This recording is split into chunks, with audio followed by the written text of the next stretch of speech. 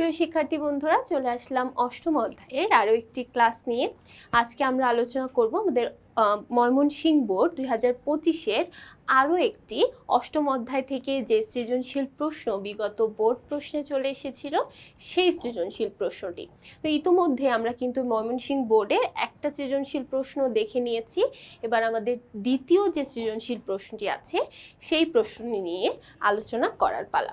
তাহলে এখানে আমরা প্রথমে আমাদের লেনদেনগুলো একটু ব্যাখ্যা করে নিই। প্রথমে দেখতে পাচ্ছি মার্চের 1 তারিখে বলা হয়েছে মালিক কর্তৃক ব্যবসায় বিনিয়োগ। যখন মালিক ব্যবসায় বিনিয়োগ করে সেটা কিন্তু আমাদের মূলধন হিসাবে আমরা লিখে দিই আমাদের নগদান বইয়ের মধ্যে উল্লেখ করি প্রাপ্তি হিসাবে। এবং এখানে যেহেতু আমরা শুধুমাত্র নগদ টাকা নিয়ে ব্যবসাটা শুরু করেছি, তাই শুধুমাত্র নগদান হিসাবেই আমাদের এই হিসাবটা চলে যাবে।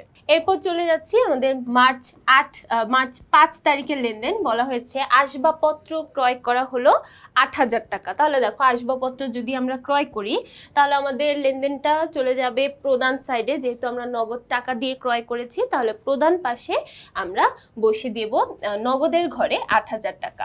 তারপর 10 তারিখ রকির নিকট নগদ বিক্রয়। আচ্ছা, এখানে বলা হয়েছে বিক্রয় করা হয়েছে। বিক্রয় করলে আমাদের সাধারণত নগদ প্রাপ্তি ঘটে। তাহলে এখানে আমাদের নগদ প্রাপ্তি ঘটবে 5,000 টাকা। তাহলে আমরা প্রাপ্তি সাইডে বসিয়ে দিব নগদের ঘরে 5,000 টাকা। তারপর ঋণের সুদ প্রদান করা হলো, তাহলে আমরা এটা বসিয়ে দিব প্রদানের ঘরে। ঋণের সুদ যেহেতু প্রদান করা হয়েছে, আমরা নগদের ঘরে বসাবো 1,200 টাকা।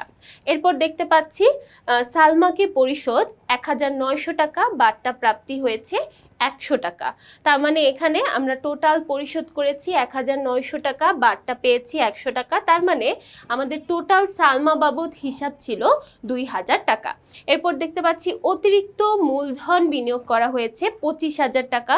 তাহলে আমাদের এটাও কিন্তু মূলধন হিসাবের মতোই হয়ে যাবে, অর্থাৎ মূলধন হিসাব আমাদের প্রাপ্তি সাইডে চলে যাবে 25,000 টাকা। তারপর পুরাতন আসবাবপত্র বিক্রয় করা হয়েছে, এটাও যেহেতু বিক্রয়, আমরা প্রাপ্তি সাইডে এটা লিখবো। এটা আমাদের জন্য এক ধরনের প্রাপ্তি হিসাব। এবং সবার শেষে পণ্য ক্রয় করা হলে আমরা সেটাকে সাধারণত প্রদান সাইডে লিখি। এবার দেখো, আমি যেহেতু ব্যাখ্যাগুলো সম্পূর্ণটাই বলেছি, নগদান বইয়ে আমরা কিভাবে উল্লেখ করব সেই হিসাবে এবার আমরা একটু সৃজনশীল প্রশ্নটা খেয়াল করে আমাদের প্রশ্নগুলোকে সাজাবো। কতে বলা হয়েছে মূলধন হিসাব প্রস্তুত করো। যখনই আমরা দেখব কোনো একটা হিসাব প্রস্তুত করতে বলা হয়েছে, আমরা বুঝে নিব এখানে আমাদের খতিয়ান করতে বলা হচ্ছে। তাহলে আমরা খতিয়ানটার জন্য একটা ছক করলাম। যেহেতু চলমান জের ছক আমাদের জন্য সবচেয়ে বেশি সহজ হয় হিসাবটা করার, তাই আমরা চলমান জের ছকের একটা ছক করলাম। এবার দেখো, আমাদের মূলধন হিসাব আছে 2টা লেনদেনে। প্রথমে যদি আমরা দেখি 1 তারিখের লেনদেন, এখানে জাবেদা হবে নগদান হিসাব ডেবিট এবং মূলধন হিসাব ক্রেডিট। তাহলে নগদান হিসাব ডেবিট, মূলধন হিসাব ক্রেডিট। তাই আমরা এখানে যখন নগদান করব বা যখন আমরা এখানে খতিয়ান করব, খতিয়ানে ক্রেডিটের ঘরে বসালাম 1,20,000 টাকা এবং উল্টা নামটা এখানে লিখে দিলাম নগদান হিসাব। এবং যেহেতু আমাদের উদ্বৃত্ত সাথে সাথেই নির্ণয় করে ফেলতে হয়, এটা যেহেতু ক্রেডিট, আমরা ক্রেডিট ঘরে উদ্বৃত্তটা নির্ণয় করলাম। এবং তারপর আমাদের পরবর্তী হিসাবে বলা হয়েছিল মার্চের 23 অতিরিক্ত মূলধন বিনিয়োগ করা হয়েছে 25,000 টাকা। তাহলে আমরা সেমভাবে অতিরিক্ত মূলধন বিনিয়োগ করা হলেও কিন্তু আমরা এখানে জাবেদা দেই নগদান হিসাব ডেবিট এবং মূলধন হিসাব ক্রেডিট। এখানেও যেহেতু মূলধন হিসাব ক্রেডিট, তাই ক্রেডিটের ঘরে বসালাম 25,000 এবং আমাদের বিবরণে লিখলাম নগদান হিসাব। এবার আমাদের যেহেতু ব্যালেন্সিং নির্ণয় করার পালা, আগের ব্যালেন্স ছিল ক্রেডিট এবং নতুন ব্যালেন্সও কিন্তু তৈরি হয়েছে ক্রেডিট সাইডে, তাই দুইটা যোগ করে আমরা টোটাল ব্যালেন্স লিখে দিচ্ছি 1,45,000 টাকা। তাহলে এটা গেল আমাদের ক নং সৃজনশীল। এবার বলা হয়েছে খ নং সৃজনশীলে নগদ প্রাপ্তি জাবেদা প্রস্তুত করো। নগদ প্রাপ্তি জাবেদায় কোন কোন লেনদেনগুলো চলে আসবে প্রথমে আমরা একটু সেটা আইডেন্টিফাই করি। 1 তারিখে বলা হয়েছে মালিক কর্তৃক ব্যবসায় বিনিয়োগ। মালিক যখন মূলধন হিসাব দেয়, এটা অবশ্যই আমাদের নগদ প্রাপ্তি জাবেদার মধ্যে উল্লেখ হয়। তাহলে আমরা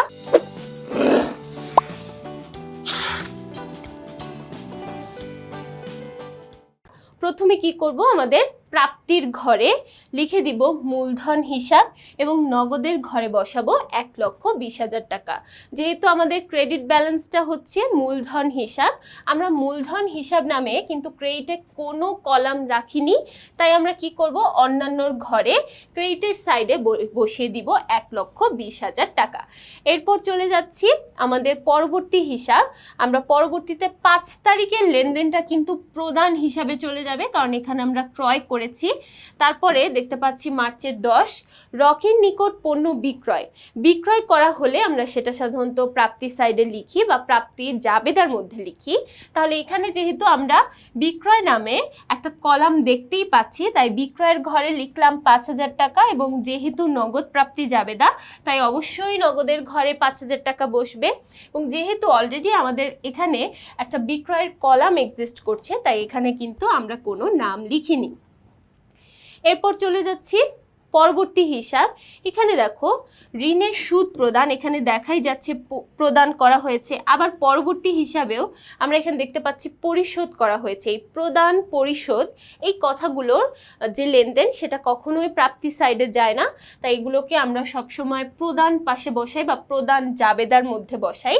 তাই এখানে আমাদের চলে আসবে পরবর্তী হিসাব 23 তারিখ অতিরিক্ত মূলধন। আমরা যেভাবে মূলধন বিনিয়োগটা দেখিয়েছি ঠিক তেমনিভাবে অতিরিক্ত মূলধনটা আমরা সেমভাবে লিখবো বা এখানে দেখাবো।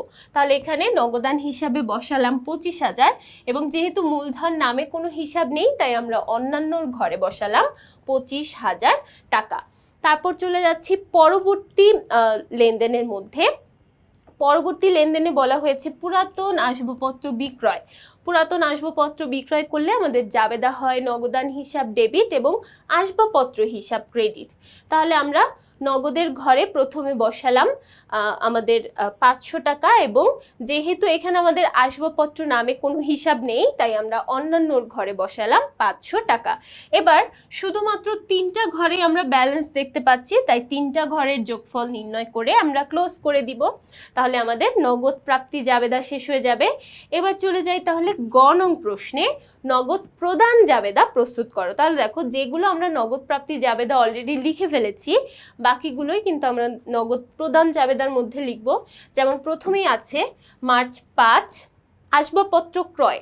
আসবাবপত্র ক্রয় করা হলে আমাদের জাবেদা হয় আসবাবপত্র হিসাব ডেবিট, নগদান হিসাব ক্রেডিট। তাই এখানে আমরা ডেবিট হিসাব খাতে লিখলাম আসবাবপত্র হিসাব। তাহলে যেহেতু আসবাবপত্র নামে আমাদের কোনো হিসাব নেই, আমরা অন্যান্যর ঘরে বসালাম 8,000 টাকা এবং নগদের ঘরে বসালাম 8,000 টাকা। এবার চলে যাই পরবর্তীতে মার্চের 15তে বলা হয়েছে ঋণের সুদ প্রদান। দেখো ঋণের সুদ প্রদান করা হলেও সেমভাবেই আমরা প্রথমে বসাবো আমাদের অন্যান্যর ঘরে এবং তারপর বসাবো নগদের ঘরে। যেহেতু আমাদের এখানে ঋণের সুদ নামে কোনো হিসাব নেই তাই আমরা স্পেসিফিক্যালি লিখে দিলাম ঋণের সুদ হিসাব। এরপর চলে যাচ্ছি তার পরের হিসাব। আমরা 20 তারিখে দেখতে পাচ্ছি সালমাকে পরিশোধ করা হয়েছে 1,900 টাকা এবং বার্তা পাওয়া গেছে 100 টাকা। তাহলে দেখো আমরা টোটাল নগদ প্রদান করেছি 1,900 টাকা, বার্তা পেয়েছি 100 টাকা, তার মানে আমাদের টোটাল প্রদেয় হিসাবের পরিমাণ ছিল 2,000 টাকা। এরপর চলে যাই মার্চের 30 তারিখ। মার্চের 30 তারিখ এবং সর্বশেষ লেনদেন, এখানে বলা হয়েছে পণ্য ক্রয় করা হলো। যেহেতু আমরা এখানে ক্রয় নামে একটা লেনদেন বা কলাম দেখতে পাচ্ছি তাই প্রথমে ক্রয় হিসাবে বসালাম এবং নগদের হিসাবে বসালাম। তাহলে এখানে যেহেতু ক্রয় নামে একটা কলাম আছেই তাই এখানে কিন্তু আমরা কোনো নাম লিখিনি, আমরা এখানে এটাকে গ্যাপ রেখেছি। তাহলে সবগুলো লেনদেন আমরা এখানে দিলাম। এবার আমরা সম্পূর্ণটা ক্লোজ করার পালা। ক্লোজ করার সময় প্রত্যেকটা কলামের যোগফলগুলো আমরা নিচে লিখে ক্লোজ করে দিব। তাহলে দেখো এখানে খুবই সহজ দুইটা আইটেম আমরা এখানে দেখলাম আমাদের নগদান বই থেকে। প্রথমে আমরা দেখলাম নগদ প্রাপ্তি জাবেদা এবং তারপর আমরা দেখলাম নগদ প্রদান জাবেদা। আশা করছি নগদ প্রাপ্তি এবং নগদ প্রদান জাবেদা থেকে আর কারো কোনো সমস্যা নেই এবং পুরো সৃজনশীল প্রশ্নটাই সবাই খুব ভালোভাবে বুঝতে পেরেছি। পরবর্তী পর্বগুলো দেখার জন্য সবাইকে আমন্ত্রণ জানিয়ে আজকে এখানেই শেষ করছি। সবাই খুব ভালো থাকবে, সুস্থ থাকবে। ধন্যবাদ।